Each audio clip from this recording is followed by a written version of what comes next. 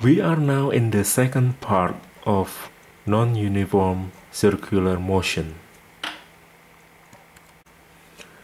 So far, we have learned the relation between the angular acceleration alpha and the angular velocity omega. Now, we are going to see more complete picture about the acceleration we have in the circular motion. Previously, we learned that in the uniform circular motion, we only have the centripetal acceleration. The centripetal acceleration is responsible for the changing direction of the linear velocity. In the non-uniform circular motion, we, of course, also have the centripetal acceleration to change the direction of the linear velocity v. And in the non-uniform circular motion, we also have the acceleration that's responsible to change the magnitude of the linear velocity v.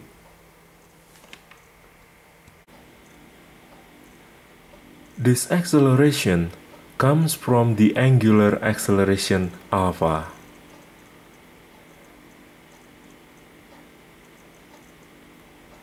Because when we have angular acceleration alpha, then the angular velocity omega will change, and also the linear velocity, the magnitude of linear velocity v. However, the units of the angular acceleration alpha is not the same. It's radian per second square. It's not the same compared to the units of the centripetal acceleration, and this is meter per second square. So we cannot add them together. Therefore, we need to adjust the units first. So, similar to the relation between the angular velocity omega with the linear velocity v, which the magnitude of v is equal to omega times r. Therefore, if we have an object that's accelerated by the angular acceleration alpha, this object will also have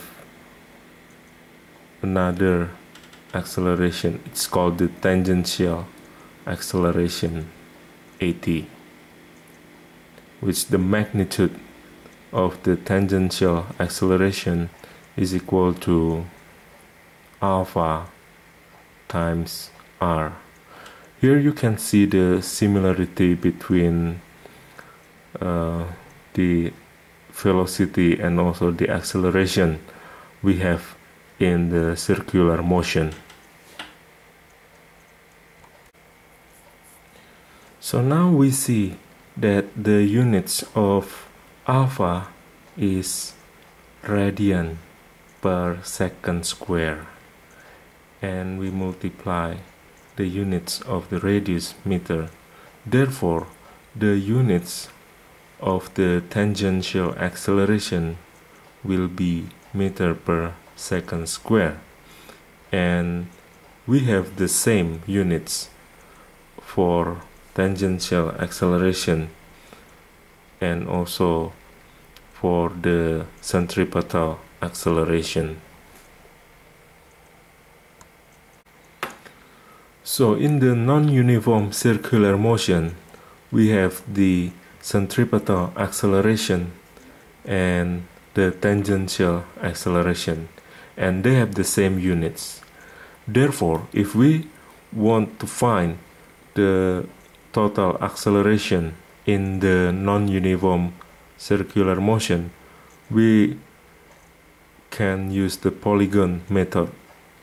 So this is the centripetal acceleration, and this is our total acceleration. Since this is perpendicular, so the magnitude of the total acceleration will be square root of centripetal acceleration square plus tangential acceleration square.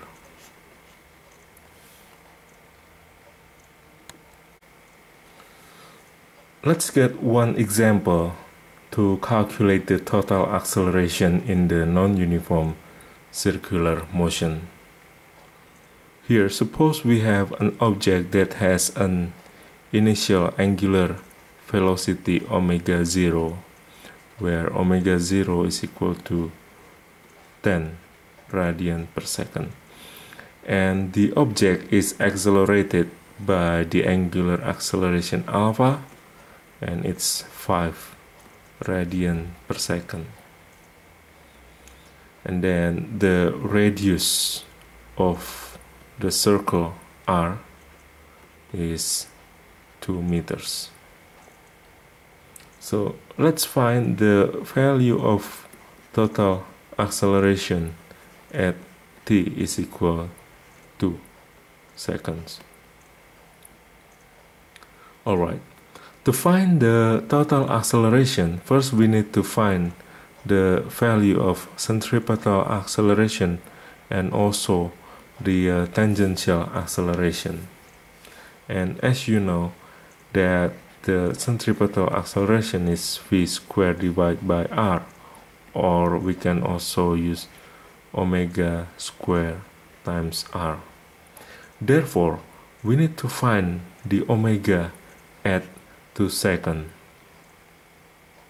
And you know that omega we can find here by using this formula.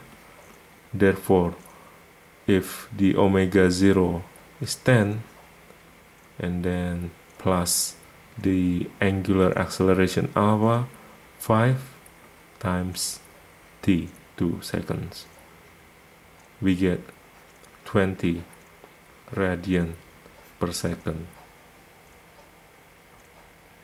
Therefore, the value of the centripetal acceleration will be 20 square times the radius 2, or here we get 800 meter per second square.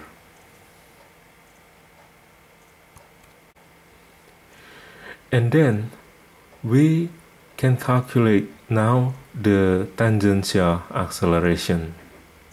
And as you learned before, that the tangential acceleration is the angular acceleration alpha times r. Therefore, the value will be 5 times 2, or 10 meter per second square.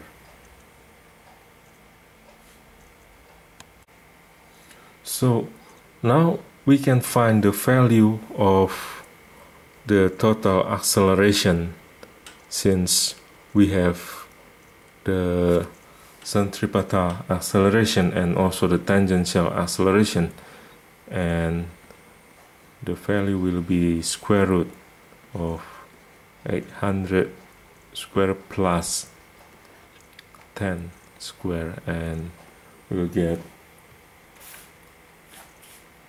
800.06 meter per second square. Keep in mind that the important thing here is that we need to find the value of omega first, since the omega is not constant now and it's accelerated. So we need to find omega at the time we are given here. Secondly, Now let's find the total acceleration at t is equal to 4 seconds. Alright, so first here the omega will be the omega 0. We still have the same value, and it's 10 plus the angular acceleration alpha 5 times 4. Here we get 30 radian per second. So we can calculate now the centripetal acceleration. It's 30 squared times 2, and we get 1800 meter per second square. And then we can calculate the tangential acceleration, and it's still the alpha here 5 times the radius 2. We get 10 meter per second square. Therefore the total acceleration we have will be square root of 1800 square plus 10 square. So we have the value here 1800.027.